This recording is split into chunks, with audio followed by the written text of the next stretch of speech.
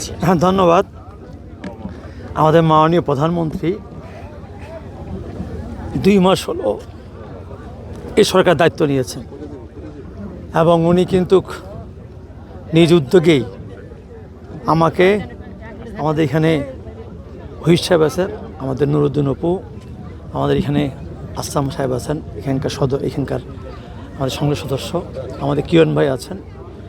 আমি কিন্তু সশরীরে আজকে এই যে আমাদের এই শরীয়তপুরের এখান থেকে শুরু করে ঠিক করে আমাদের যতগুলো পয়েন্ট আছে এখানে সমস্ত পয়েন্টগুলো কিন্তু আমি সশরীরে সেখানে আমি দেখে আসলাম। এবং এই যে আপনি যেগুলো বললেন যে বিশেষ করে এই চর, আমাদের এই নদীতে চর কিন্তু একদিন হয় না, এটা 20 বছর 25 বছর পরে পলি পরে সেই চরগুলো হয়। তো সেক্ষেত্রে সেগুলো আজকে আমরা দেখলাম। সেখানে বিশেষ করে আমাদের নদীর ক্ষেত্রে অনেকগুলো মন্ত্রণালয় সম্পৃক্ত আছে, হয়তো আমাদের পানি সম্পদ মন্ত্রণালয় আছে, এখানে নৌ পরিবহন মন্ত্রণালয় আছে, অনেকগুলো বিষয় আছে।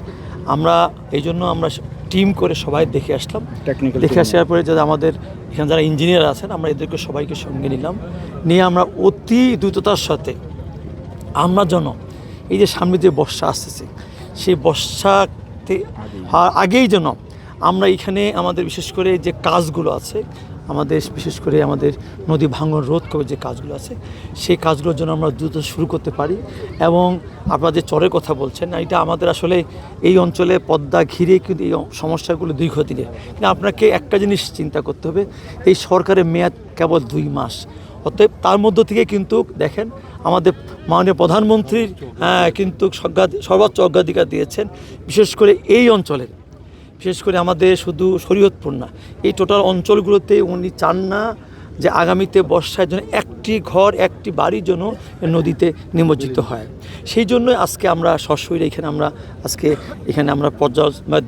দেখে গেলাম এবং আশা করি আমরা আমাদের মাননীয় প্রধানমন্ত্রীকে এই বিষয়টা আমরা অবগত করব এবং আমরা আরও দ্রুততার সঙ্গে যেন আমরা যেন কাজগুলো যেন আমরা সম্পন্ন করতে পারি এবং এই এলাকার মানুষ যেন ভাঙন থেকে রক্ষা পায় তার আমরা ব্যবস্থা নেব। ভাই, আপনি